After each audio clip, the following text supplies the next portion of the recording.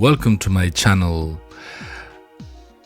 A few months ago I started a channel called The Mirror on Bitchute, hoping that I could publish any content I wanted. To my surprise, some videos were lagged behind and they remained unpublished. I tried to contact the Bitchute people without realizing that I was being shadow banned. Now I think I know why I was shadow banned. I will leave the links in the description below so you can double check by yourself. I think I know how it works. I think I know how it works. Okay, unlike YouTube, your video needs to be processed by Bitchute. Okay, that processing time sometimes takes like hours. In my case it's like 30 minutes now for this video. I went to Ingor and uploaded this banned video about an explosion of supposed to be American boat, and that video is still censored by Bitchute. Okay, if I go to manage content, my videos from yesterday were published, but not the boat video, which is still here, process published. So it's been like a day or something now, okay, without being processed.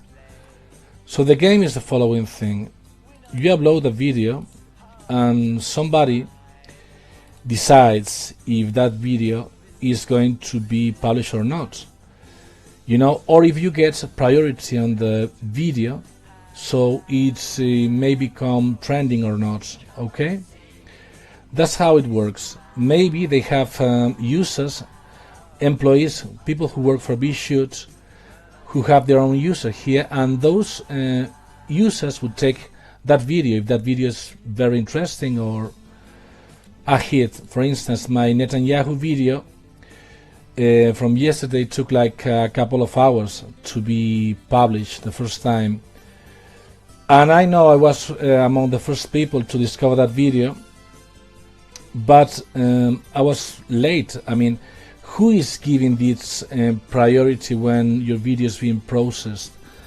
How do we know if that priority is given to someone who has affinity to Bitchute or works for Bitchute directly? Okay, so that's the point here, and that's a shadow ban in my opinion. They are shadow banning me and preventing me from publishing a video before other people do it. For instance, take this video, 13 seconds of video. Okay, Iraqi resistance targets an American base. Only 13 seconds. It was published 15 hours ago, but my comment with the same video was 17 hours ago. What kind of platform takes 2 hours to publish a 13-second video? To me, this is shadow banning, and if you go to the guarantee, it's specified here that there are no shadow banning. So, Ray, I think you owe me an explanation, or $10,000, whatever you want. And here I am, okay? Thank you very much for listening to me.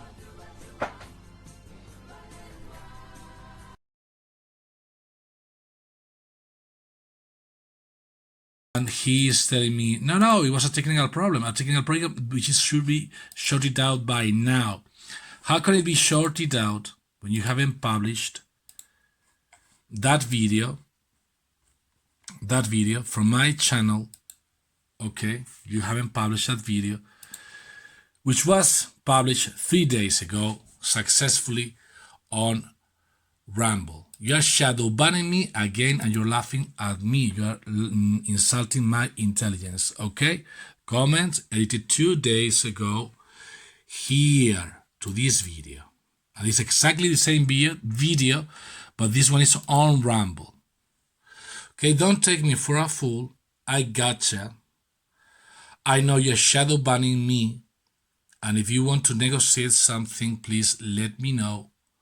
Because I don't want your fucking money. I do this for truth reasons.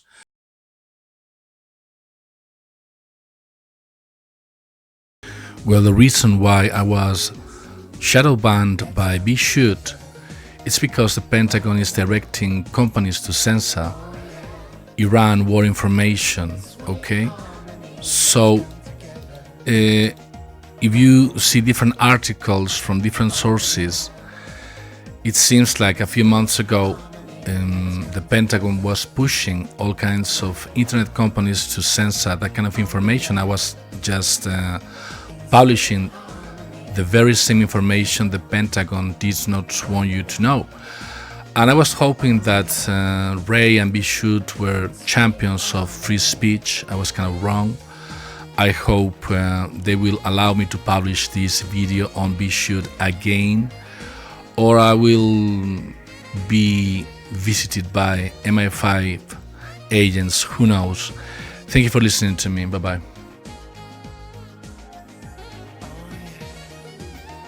Turns out Iran has damaged quite a few of our bases and our military assets, and that's according to a new report from NBC News. Cenk, this is not surprising. This is something that has been reported by a lot of independent sources, but NBC News apparently has realized that Iran also has military capability and can do some real damage. Yeah, there's two parts of the story that I find interesting. One is the extent of the damage that they did, including some things that were unprecedented in recent years, which maybe you're tracking it better than I am, Anna, but I was surprised by the level of damage that they had done, which we'll share with you guys in a second. And then secondarily, I was surprised by how much of Iran's military still exists. I halfway bought into the hype about how they were all destroyed. It turns out that's not remotely true. So let's give you the facts. So NBC cited several sources for their reporting here, including 3 anonymous US officials, 2 anonymous GOP congressional aides, and 1 anonymous person familiar with the damage.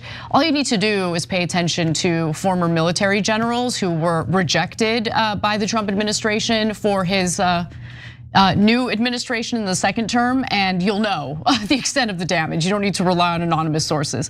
Nonetheless, the sources claim that the destruction caused by Iran spans across several countries in the Middle East and could cost up to $5 billion to repair.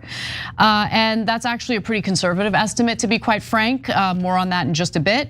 According to the sources, Iranian forces managed to strike runways, high-end radar systems. In fact, the radar systems is what they went for first, which was incredibly strategic. Clearly, they had a plan in mind. They knew that the United States was going to attack them, and they knew what they were going to do in response. Dozens of aircraft, warehouses, command headquarters, aircraft hangars, and satellite communications infrastructure.